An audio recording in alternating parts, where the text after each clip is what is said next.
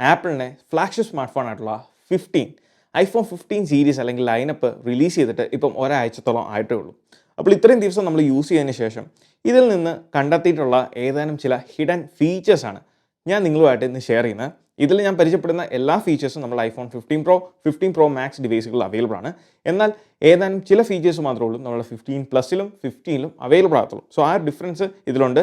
എന്നാൽ ഇതുവരെ നമ്മൾ കണ്ടിട്ടില്ലാത്ത ആപ്പിളിൻ്റെ ഭാഗത്തു നിന്നുള്ള രസകരമായിട്ടുള്ള അല്ലെങ്കിൽ ഇൻട്രസ്റ്റിംഗ് ആയിട്ടുള്ള ചേഞ്ചസ് അല്ലെങ്കിൽ ഫീച്ചേഴ്സാണ് ഇതിൽ ഞാൻ കണ്ടെത്തിയിരിക്കുന്നത്. So this is me Milan and welcome back.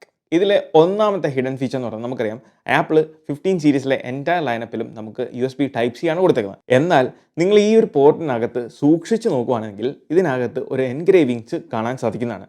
അതിൽ നിങ്ങളുടെ മോഡൽ നമ്പർ, നിങ്ങളുടെ ഡിവൈസിൻ്റെ ഐഫോണിൻ്റെ മോഡൽ നമ്പറും അതോടൊപ്പം തന്നെ ഇത് എവിടെയാണ് മാനുഫാക്ചർ ചെയ്യുന്നതെന്നുള്ള ഡീറ്റെയിലും അവിടെ വ്യക്തമായിട്ട് കൊടുത്തിട്ടുണ്ട്. രണ്ടാമത് ഫിസിക്കലി കണ്ട മറ്റൊരു ചേഞ്ചാണ് ലെൻസിൻ്റെ പ്ലേസ്മെൻറ്റ്. ഇത് വലിയ സംഭവമുള്ള കാര്യമൊന്നുമല്ല. 14 പ്രോ ആയിട്ട് ഞാൻ ജസ്റ്റ് സൈഡ് ബൈ സൈഡ് നോക്കിയപ്പം മനസ്സിലായ ഒരു കാര്യമാണിത്. അതായത് നമ്മൾ 15 പ്രോയിൽ ക്യാമറ ലെൻസുകൾ ആപ്പിൾ സ്വിച്ച് ചെയ്തിട്ടുണ്ട്. ഇവിടെ നിങ്ങൾക്ക് കാണാവുന്ന പോലെ ടെലിഫോട്ടോയും അൾട്രാ വൈഡ് ലെൻസുകളാണ് ആപ്പിൾ സ്വിച്ച് ചെയ്തിരിക്കുന്നത്. നമുക്ക് മിഡിലുള്ള ആ ഒരു ടെലിഫോട്ടോ 15 പ്രോയിൽ മിഡിലാണ് നമ്മുടെ ടെലിഫോട്ടോ, 14 പ്രോയിൽ മുകളിലാണ് ടെലിഫോട്ടോ എന്നുള്ളത്. മൂന്നാമത്തെ ഹിഡൻ ഫീച്ചർ എന്ന് പറയുന്നത് ഇനി മുതൽ 15 ലൈനപ്പിലെ ഏത് ഡിവൈസ് ഉപയോഗിച്ചുകൊണ്ട് നിങ്ങളുടെ ആക്സസറീസും ഈവൻ ഐഫോൺ തന്നെ നിങ്ങൾക്ക് ചാർജ് ചെയ്യാൻ സാധിക്കുന്നതാണ്. ഇവിടെ നിങ്ങൾക്ക് USB Type C to Type C cable അല്ലാന്നുണ്ടെങ്കിൽ Type C to lightning cable ഉപയോഗിച്ചുകൊണ്ട് നിങ്ങളുടെ AirPods, apple watch, even iPhone, മറ്റൊരു ഐഫോൺ തന്നെ ചാർജ് ചെയ്യാൻ സാധിക്കുന്നതാണ്. ഇവിടെ ഐഫോൺ ടു ഐഫോൺ ചാർജ് ചെയ്യുമ്പോൾ മനസ്സിലാക്കിയ ഒരു കാര്യം, ഏത് ഡിവൈസിനാണോ ചാർജ് കുറവ് ആ ഒരു ഡിവൈസ് ആയിരിക്കും ചാർജ് ആകുന്നത്. ഇതിലെ നാലാമത്തെ ഹിഡൻ ഫീച്ചറാണ് ടോർച്ച്. ഈ ഒരു ടോർച്ചിന് പറ്റിയ പ്രത്യേകത എന്ന് വെച്ചാൽ മറ്റൊന്നുമില്ല, ഇതുവരെ നമ്മൾ മറ്റൊരു ഡൈനാമിക് ഐലൻഡ് ഉള്ള ഡിവൈസിലും, അതായത് 14 പ്രോയിലും 14 പ്രോ മാക്സിലും നമുക്ക് ഡൈനാമിക് ഐലൻഡ് ഉണ്ടായിരുന്നു. പക്ഷേ അതിലെങ്ങും നമുക്ക് കാണാത്തൊരു ചേഞ്ചാണ്, UI ചേഞ്ചാണ് ഇതിൽ വന്നേക്കുന്നത്. അതായത് ഇനി മുതൽ നമ്മൾ ടോർച്ച് ഓൺ ആക്കുന്ന സമയത്ത് നിങ്ങൾക്ക് ഇവിടെ കാണാം ഏറ്റവും ടോപ്പിലായിട്ട് നമ്മുടെ ഡൈനാമിക് ഐലൻഡിൽ ആ ടോർച്ചിൻ്റെ ഇൻഡിക്കേഷൻ വന്നേക്കുന്നത്. അങ്ങനെ ഒരു ചേഞ്ച് ഐഫോൺ 15 ലൈനപ്പിൽ ആപ്പിൾ കൊണ്ടുവന്നിട്ടുണ്ട്. എന്നാൽ ഇതൊരു നിസ്സാര UI ചേഞ്ച് ആണ്. പക്ഷേ ഇതുവരെയുള്ള അപ്ഡേറ്റിൽ ഞാൻ 14 പ്രോയിലോ 14 പ്രോ മാക്സിലോ ഇങ്ങനെ ഒരു UI ചേഞ്ച് ഡൈനാമിക് ഐലൻഡിൽ കൊണ്ടുവന്നിട്ടില്ല. എന്നാൽ ഇതിലും ക്രേസി ആയിട്ടുള്ള കാര്യമാണ് അഞ്ചാമത്തെ ഫീച്ചർ എന്ന് പറയുന്നത്. ഐഫോൺ 15 ലൈനപ്പിൽ മാത്രം, 15 ലൈനപ്പിലെ ഏത് ഡിവൈസ് എടുത്താലും നിങ്ങളുടെ കൺട്രോൾ സെൻറ്ററിൽ നിങ്ങൾക്ക് ഡെഡിക്കേറ്റഡ് ആയിട്ടുള്ള ഒരു മ്യൂട്ട് ബട്ടൺ അല്ലെങ്കിൽ മ്യൂട്ട് ഗിഫ് ഐക്കൺ നിങ്ങൾക്ക് കാണാൻ സാധിക്കും. സോ ഇനി മുതൽ നിങ്ങൾക്ക് കൺട്രോൾ സെൻറ്ററിൽ നിന്ന് നിങ്ങൾക്ക് മ്യൂട്ട് ചെയ്യാൻ സാധിക്കും. അല്ലാന്നുണ്ടെങ്കിൽ അവിടെ നിന്ന് മനസ്സിലാക്കാൻ സാധിക്കും നിങ്ങളുടെ ഡിവൈസ് ഇപ്പോൾ ഉള്ളത് മ്യൂട്ടിലാണോ അല്ലയോ എന്നുള്ളത്. ഇതിലെ ആറാമത്തെ ചേഞ്ച് എന്ന് പറയുന്നത് നമുക്കൊരു കൺസേൺ ഉണ്ടായിരുന്നു. ഐഫോൺ 15 പ്രോ മോഡൽസിൽ നമുക്കറിയാം ആക്ഷൻ ബട്ടൺ എന്ന് പറയുന്ന ഒരു ബട്ടൺ കൊണ്ടുവന്നിട്ടുണ്ട്. അതുകൊണ്ട് മ്യൂട്ട് ബട്ടണിൻ്റെ ആ ഒരു ഫംഗ്ഷനാലിറ്റി ഇപ്പം ആക്ഷൻ ബട്ടണാണ്. എന്നാൽ ഇതുവരെ ആളുകൾക്ക് ഉണ്ടായിരുന്ന ഒരു കൺസേൺ ആണ്, ഇതിൽ നമ്മുടെ ഡിവൈസ് മ്യൂട്ടിലാണോ അല്ലയോ എന്നുള്ളത് എങ്ങനെ നമുക്ക് കണ്ടുപിടിക്കാൻ സാധിക്കും. കാരണം ഇതുവരെ നമുക്ക് ആ ബട്ടൺ ഉള്ളതുകൊണ്ട് ജസ്റ്റ് മാറ്റിയിടുമ്പോൾ അല്ലെങ്കിൽ സ്ലൈഡ് ചെയ്യുമ്പോൾ നമുക്ക് മനസ്സിലാവുക ഇത് മ്യൂട്ടിലാണോ അല്ലയോ എന്നുള്ളത്. പക്ഷേ ഇത് ഒരു കുഴപ്പമില്ലാതെ നമുക്ക് ഈ 15 ലൈനപ്പിലും കണ്ടുപിടിക്കാൻ അല്ലെങ്കിൽ എളുപ്പം മനസ്സിലാക്കാൻ സാധിക്കും without even taking your device out of the pocket. എങ്ങനെയാണെന്ന് വെച്ചാൽ ഇവിടെ നമ്മുടെ ഡിവൈസ് അൺമ്യൂട്ടാണ് ചെയ്യുന്നതെങ്കിൽ നമ്മൾ ജസ്റ്റ് ഒന്ന് പ്രസ് ചെയ്ത് ഹോൾഡ് ചെയ്ത് കഴിയുമ്പം നമുക്ക് ഒരൊറ്റ സിംഗിൾ ഹാപ്റ്റിക് ഫീഡ്ബാക്ക് തരും. അതാണ് അൺമ്യൂട്ട്.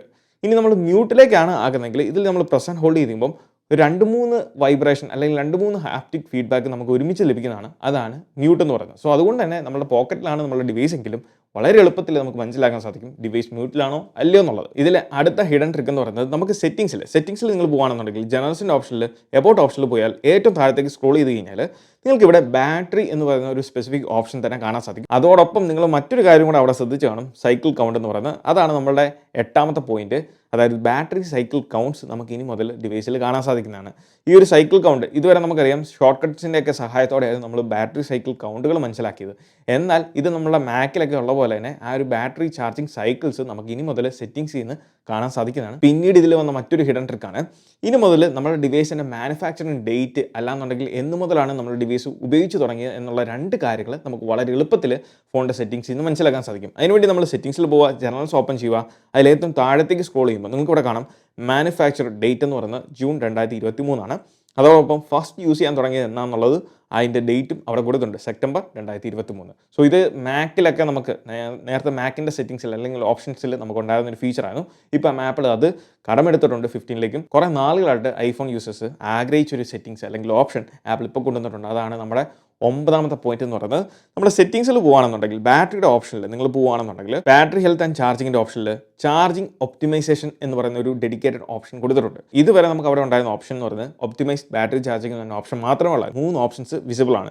ആദ്യം ഒപ്റ്റിമൈസ് ബാറ്ററി ചാർജിങ്, അത് ഇതുവരെ നമുക്കുണ്ടായിരുന്ന ആ ഒരു ഫംഗ്ഷനാലിറ്റി, ആ ഒരു ഫീച്ചർ ആയിരുന്നു. എന്നാൽ രണ്ടാമത്തെ ഓപ്ഷൻ അതാണ് നമ്മൾ കാത്തിരുന്നത്, 80% ലിമിറ്റ്. ഈ ഒരു 80% ലിമിറ്റ് എന്ന് പറഞ്ഞ ഓപ്ഷൻ നിങ്ങൾ സെലക്ട് ചെയ്ത് കഴിഞ്ഞാൽ നിങ്ങളുടെ ഡിവൈസ് നിങ്ങൾ ഓവർനൈറ്റോ, നമുക്കറിയാം ഇതുവരെ ഓവർനൈറ്റ് ചാർജ് ചെയ്യുക എന്ന് പറഞ്ഞാൽ ചില യൂസേഴ്സിന് പേടിയുള്ള ഒരു കാര്യമാണ്. കാരണം ബാറ്ററി ഹെൽത്ത് ഡീഗ്രേഡ് ആകും എന്നുള്ള അങ്ങനെയുള്ള പേടികളൊക്കെ കാരണം ഇതുവരെ ബാറ്ററി അല്ലെങ്കിൽ ഓവർനൈറ്റ് ചാർജ് ചെയ്യുന്നവരുടെ എണ്ണം വളരെ കുറവായിരുന്നു. എന്നാൽ ഇനി അതിൻ്റെ ആവശ്യമില്ല. നിങ്ങൾക്ക് ഈ ഒരു 80% ലിമിറ്റ് നിങ്ങൾ സെലക്ട് ചെയ്തിട്ടാണ് നിങ്ങളുടെ ചാർജ് ചെയ്യാൻ വെക്കുന്നതെങ്കിൽ നിങ്ങളുടെ ഡിവൈസ് യാതൊരു കാരണം വെച്ചാലും 80% മുകളിലേക്ക് ചാർജ് ആകത്തേയില്ല. എപ്പം 80% എത്തുന്നു അവിടെ വെച്ച് ചാർജിങ് കട്ട് ഓഫ് ആവുകയാണ്, അല്ലെങ്കിൽ പിന്നീട് നമ്മുടെ ഡിവൈസ് ചാർജ് ആകത്തില്ല.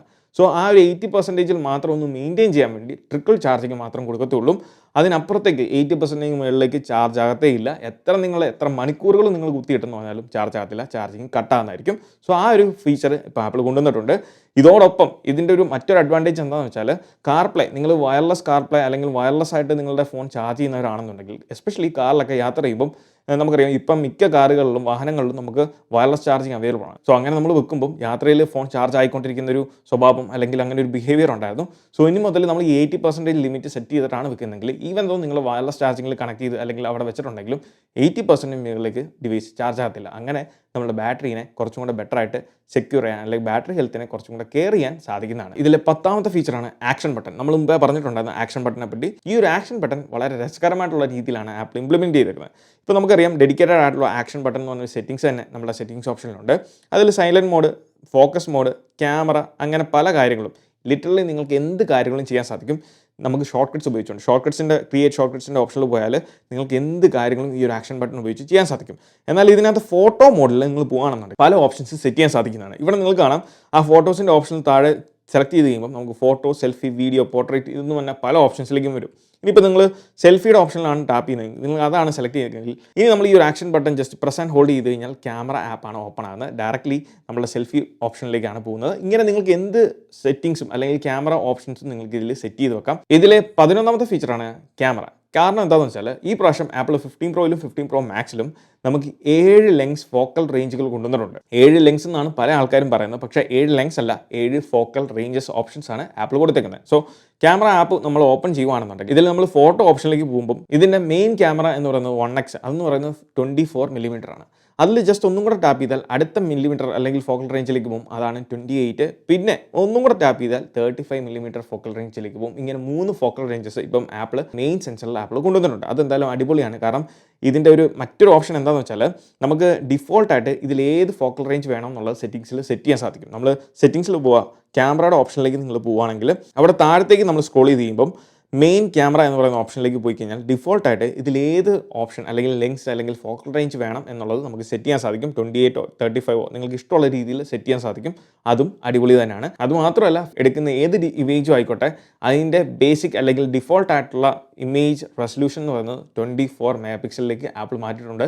പ്രീവിയസ്ലി ഉണ്ടായിരുന്നത് 12 MP ആയിരുന്നു, അതിൽ നിന്ന് 24 അപ്ഗ്രേഡ് ചെയ്തിട്ടുണ്ട്. അതുകൊണ്ട് തന്നെ ഈ പറഞ്ഞ 14 പ്രോയിലും 15 ഡിവൈസുകളിലും എടുക്കുന്ന ഏത് ഇമേജസും അതിൻ്റെ ക്വാളിറ്റി അല്ലെങ്കിൽ അതിൻ്റെ റെസൊല്യൂഷൻ അല്ലെങ്കിൽ ഡീറ്റെയിലിങ്സ് കുറച്ചും കൂടെ ബെറ്റർ ആയിരിക്കും കമ്പാരിറ്റീവ്ലി 12 MP കമ്പയർ ചെയ്യുമ്പോൾ. പിന്നീട് ഇതിൽ വന്ന മാറ്റം എന്ന് പറയുന്നത് നമ്മുടെ വീഡിയോ സൂമിങ്ങിലാണ്. സൂം നമുക്കറിയാം അപ് ടു 3x ആണ് 15 പ്രോയിലെ സൂം എന്ന് പറയുന്നത്.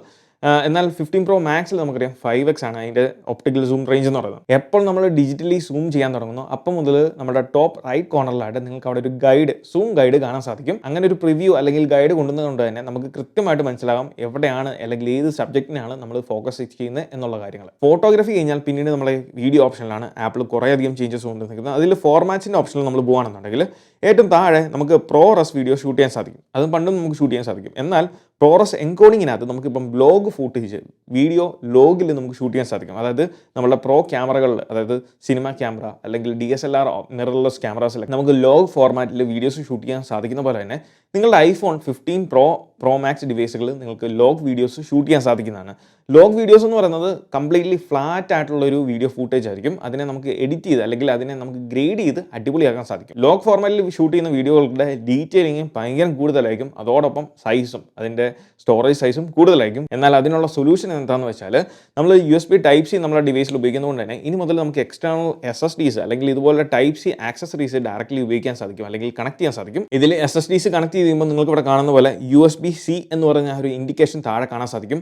സോ അതുകൊണ്ട് തന്നെ നമുക്ക് അപ് ടു 24 അല്ലെങ്കിൽ 30-60 FPS നമുക്ക് എക്സ്റ്റേണലി ലോങ് വീഡിയോസ് ഷൂട്ട് ചെയ്യാൻ സാധിക്കുന്നതാണ്. 15 ഡിവൈസുകളിൽ പിന്നീട് കൊണ്ടുവന്ന ഒരു അടിപൊളി ഫീച്ചറാണ് നമ്മൾ എടുക്കുന്ന ഫോട്ടോ, അതിപ്പം സെൽഫി ആയിക്കോട്ടെ നോർമൽ ഫോട്ടോ ആയിക്കോട്ടെ, ഫോട്ടോസ് എടുത്തതിന് ശേഷവും നമുക്ക് ഡെപ്ത് കൺട്രോൾ ചെയ്യാൻ സാധിക്കും. അതായത് നമ്മൾ എടുക്കുന്ന ഫോട്ടോയിൽ സബ്ജക്റ്റ് എന്ന് പറയുന്ന ഒരു ഹ്യൂമൻ അല്ലെങ്കിൽ ഒരു ആനിമൽ ആണെന്നുണ്ടെങ്കിൽ അതിന് ഡെഫിനറ്റ്ലി നമുക്ക് ഡെപ്ത് കൺട്രോൾ ലഭിക്കുന്നതായിരിക്കും ഓട്ടോമാറ്റിക്കലി. അതുകൊണ്ട് ഇനി മുതൽ നിങ്ങൾ പോർട്രേറ്റ് മോഡിലേക്ക് പോയിട്ട് നിങ്ങൾ ഫോട്ടോ എടുക്കേണ്ട ആവശ്യമില്ല. നിങ്ങൾക്ക് നോർമൽ ഫോട്ടോ മോഡിൽ നിന്നും നമുക്ക് ഡെപ്ത് കൺട്രോളോടെ ഈ പറഞ്ഞ ഇമേജസ് എടുക്കാൻ സാധിക്കുന്നതാണ്. ഈവൻ ആഫ്റ്റർ നമ്മൾ ഫോട്ടോസ് എടുത്ത് നമ്മൾ എഡിറ്റ് ഓപ്ഷനിൽ പോയാലും നമുക്ക് ഈ ഒരു ഡെപ്ത് കൺട്രോളിലൂടെ ഈ ഒരു ബ്ലർനെസ് കൊണ്ടുവരാൻ സാധിക്കുന്നതാണ്. ഇതിലെ 19ാമത്തെ ഫീച്ചറാണ് നമ്മളുടെ 15 ഡിവൈസുകളിൽ നമ്മൾ കോൾ ചെയ്യുന്ന സമയത്ത് നോർമൽ കോളോ അല്ലെങ്കിൽ ഇൻ്റർനെറ്റ് കോളോ ഏത് കോളോ ആയിക്കോട്ടെ, അത് ചെയ്യുന്ന സമയത്ത് ബാക്ക്ഗ്രൗണ്ടിലൊക്കെ ഭയങ്കര നോയ്സ് കാര്യങ്ങളൊക്കെ ഉണ്ടെന്നുണ്ടെങ്കിൽ 15 ഡിവൈസിൽ നോയ്സ് ക്യാൻസലേഷന് കാര്യമായിട്ടുള്ള ഇമ്പ്രൂവ്മെൻറ്റ്സ് കൊണ്ടുവന്നിട്ടുണ്ട്. നമ്മൾ കൺട്രോൾ സെൻറ്ററിൽ പോകുന്ന സമയത്ത് ഈ ഒരു വോയിസ് മൈക്ക് ഓപ്ഷനിൽ പോയി കഴിഞ്ഞാൽ നിങ്ങൾക്ക് ഇവിടെ വോയിസ് ഐസൊലേഷൻ എന്ന ഓപ്ഷൻ കാണാൻ സാധിക്കും. ഈ ഒരു ഓപ്ഷൻ കാണുമ്പോൾ എല്ലാവർക്കും അറിയാം ഇത് പണ്ട് മുതലേ iOS 15ലും 16ലും ഒക്കെ ഉള്ള കൊണ്ടുവന്ന ഒരു ഫീച്ചർ തന്നെയാണ്. പക്ഷേ iOS 15 ഡിവൈസുകളിൽ ഇത് കുറച്ചും കൂടെ കാര്യമായിട്ട് തന്നെ ആപ്പിൾ എൻഹാൻസ് ചെയ്തിട്ടുണ്ട് അല്ലെങ്കിൽ ഇംപ്രൂവ് ചെയ്തിട്ടുണ്ട് എന്നാണ്. ആൻഡ് ഫൈനലി കണക്ടിവിറ്റിയുടെ കാര്യത്തിലേക്ക് വരുമ്പോൾ ആപ്പിൾ എൻ്റയർ ലൈനപ്പിലെ 5G മോഡം ആപ്പിൾ കുറച്ചും കൂടെ ഇംപ്രൂവ് ചെയ്തിട്ടുണ്ട്. അതുകൊണ്ട് 15 Pro ഡിവൈസുകളിൽ കുറച്ചും കൂടെ ബെറ്റർ ആയിട്ടുള്ള 5G സ്പീഡ് ലഭിക്കുന്നതാണ്. അതോടൊപ്പം വൈഫൈയുടെ കാര്യത്തിലേക്ക് വരും. ആപ്പിൾ നോർമൽ ഡിവൈസുകളിൽ Wi-Fi 6ഉം അതോടൊപ്പം Wi-Fi 6E ആണ് നമ്മുടെ 15 Proയിലും 15 Pro Maxലും ആപ്പിൾ കൊണ്ടുവന്നിരിക്കുന്നത്. സോ ഇനി വരും ഫ്യൂച്ചറിൽ തീർച്ചയായിട്ടും അതൊരു പ്ലസ് പോയിന്റ് തന്നെയായിരിക്കും Wi-Fi 6E ആപ്പിൾ 15 Proയിൽ ഇംപ്ലിമെൻറ്റ് അല്ലെങ്കിൽ കൊണ്ടുവന്ന കാര്യം. അപ്പോൾ ഇതൊക്കെയാണ് നമ്മളുടെ 15 ഡിവൈസുകളെ പറ്റിയുള്ള ഹിഡൻ ഫീച്ചേഴ്സ് അല്ലെങ്കിൽ ട്രിക്സ് എന്ന് പറയുന്നത്. അപ്പോൾ ഈ ഒരു വീഡിയോ നിങ്ങൾക്ക് ഇഷ്ടമായെന്ന് വിചാരിക്കുന്നു. ഈ വീഡിയോ ഇഷ്ടമായാൽ തീർച്ചയായിട്ടും പോയി നമ്മുടെ ലൈക്ക് ബട്ടൺ സ്മാഷ് ചെയ്യുക. So once again this is me villain. Catch you guys next video. Till then, peace.